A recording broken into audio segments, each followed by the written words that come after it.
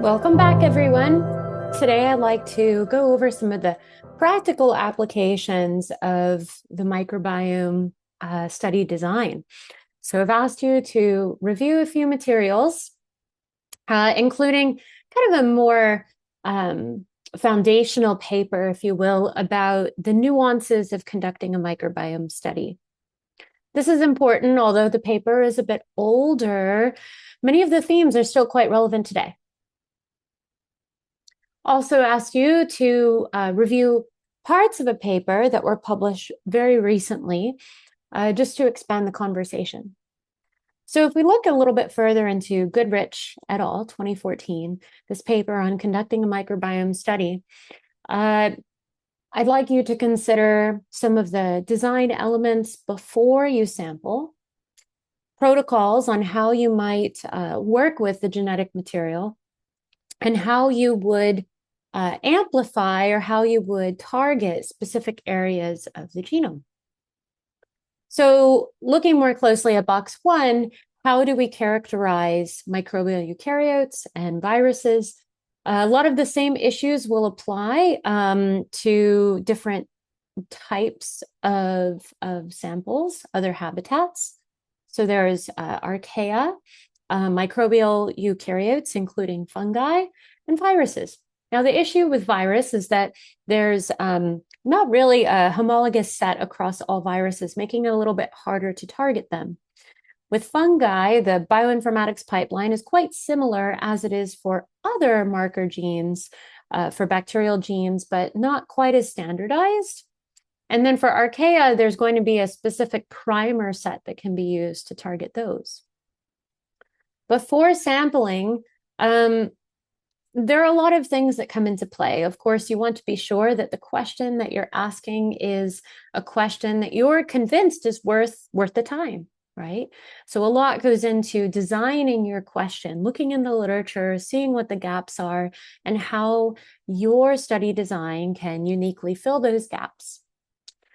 A big issue can be the number of samples that are required for a particular study. As with any study design, one place to start could be a power analysis of sorts, considering the effect size. So that is a consideration, but often a pilot is going to be necessary anyway, because you may not be so sure what the effect size is that you would be expecting. So a pilot study can be quite important. The authors also recommend documenting everything and being consistent. And this is because those little nuances will become part of the metadata. Metadata is a term that is rather essential with the more complicated data set that you have. What it means is everything that you have about a particular sample or a particular subject, that becomes part of the metadata. So you can imagine that specific aspects of the processing of the sample may be relevant to the metadata as well. So being consistent so that these are not technical confounds for the data itself. Repeated sampling of individuals or a time series could be relevant depending on your goals to get a more comprehensive view. Obviously, if there was a treatment, of course, then you want to be able to assess what the impact of that treatment was. The adult microbiome is thought to be rather stable, so that stability could be used as an argument against having a time series or repeated sampling, which can really help in the cost effectiveness of the design. But again, this aspect really depends on your goals. For obtaining and storing samples, we have to ask what is most practical for your study design. So the gold standard is really having immediate freezing on dry ice, liquid nitrogen, followed by storage at a pretty extreme temperature of about -80 degrees Celsius. However, that's not always possible, right? And so we have to be very careful about our expectations because we don't want so many constraints stopping us from progressing in our study. So there have been different reports on the effects of storage conditions on composition of the microbiome. This is something that you can look a little bit further into. But I'd like to highlight that there are commercial kits available that allow more flexibility that won't impact the results. These are rigorously tested and can then make a study more cost-effective and more practical, right? So this is something that should be taken into consideration. When you're reading the literature on a specific study, you might think about what those storage conditions, what those sampling conditions would have looked like in practice. If your study design includes metatranscriptomics or metabolomics, then there will be stricter constraints or requirements, possibly the use of proprietary stabilizers for RNA, so that we're not so concerned about degradation or manipulation of those data. For protocols, two things that are important to consider are the DNA extraction itself. Again, commercial kits will increase the consistency between independent studies. And if there's low biomass sample, then amplification might be necessary. Throughout all of this, there is, of course, the possibility of contamination, especially in issues of low biomass. How some people get around this is running a blank extraction control throughout extraction and PCR prior to working with samples. And then you have to decide what makes the most sense. If you do see that there's contamination, is it practical to start over? This is something that the authors discuss as well.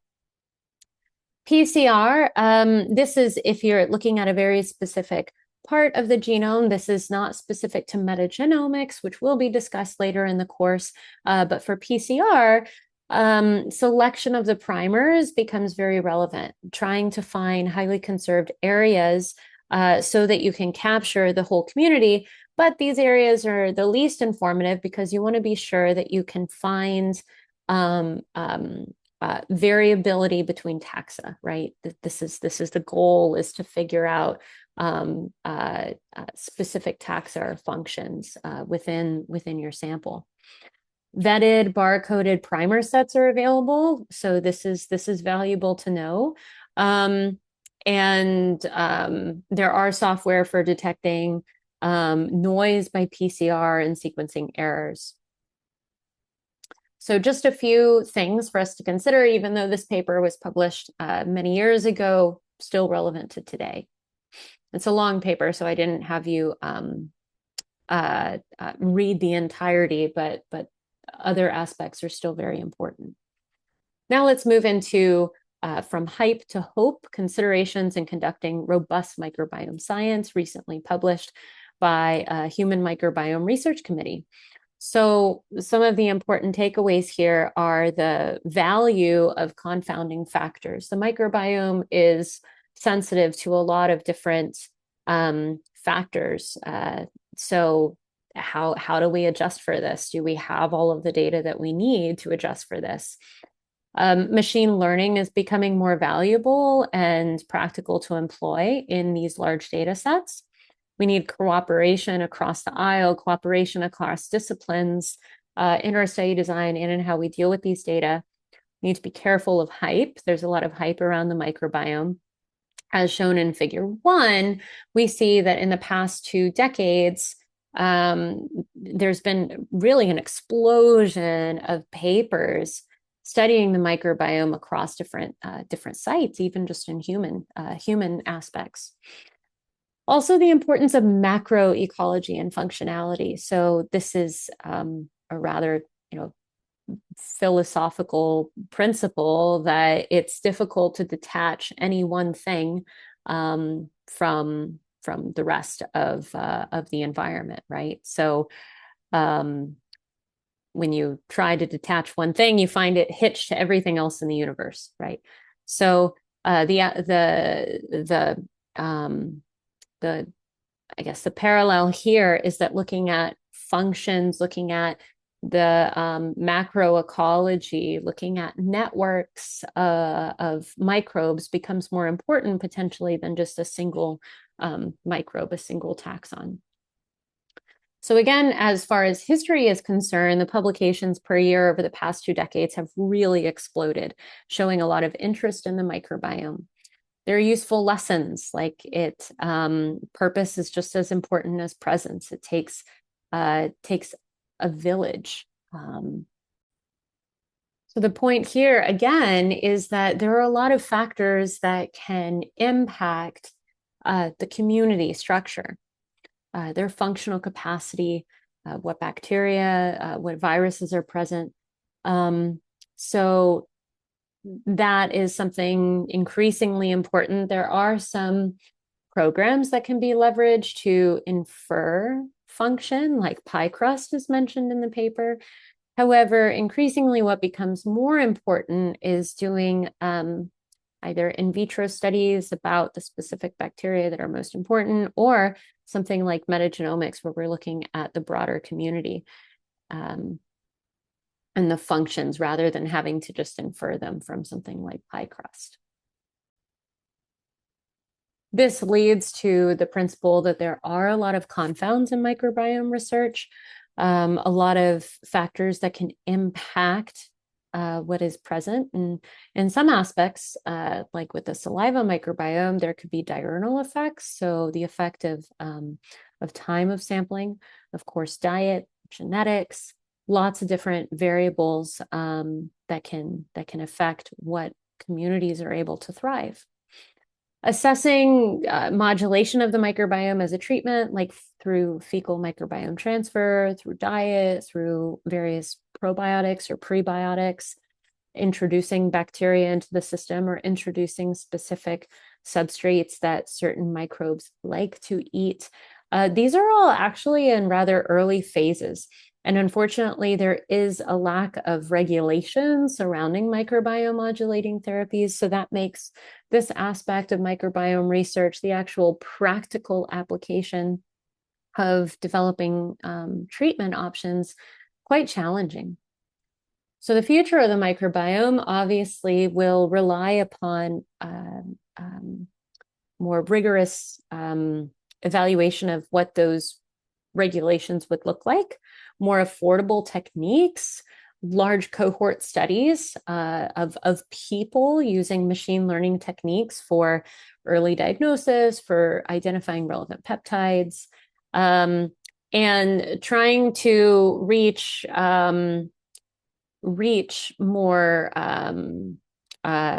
standardized quality and consistency. So you'll find, as we move through the literature, often there are conflicting results, conflicting findings, where a certain genus or maybe even a certain species would be associated with disease outcome in one study, and then associated with protection from disease in another study. And so how do we reconcile this? How do we form some sense of consensus, right? Lack of consensus is not always a bad thing, especially as we're trying to refine our techniques and be better and get closer to the truth. But that is something that we have to deal with in the microbiome, is that depending on the study design, depending on the sequencing techniques, depending on the confounds that may or may not have been addressed in analysis, we have a lack of consensus or truth among these different studies. The microbiome, in spite of its popularity for research, is still very much in its infancy, this field. And a lot of the challenges are not just unique to the microbiome, but to other fields as well, so that we can accelerate discovery and keep things as robust as possible. These are just a few practical considerations, things for you to think about before we dive deeper into the literature, and then deeper into how we work with certain technologies, how we deal with the data itself. You need to be thinking more broadly about implications and more broadly about the study design. Okay, until next time.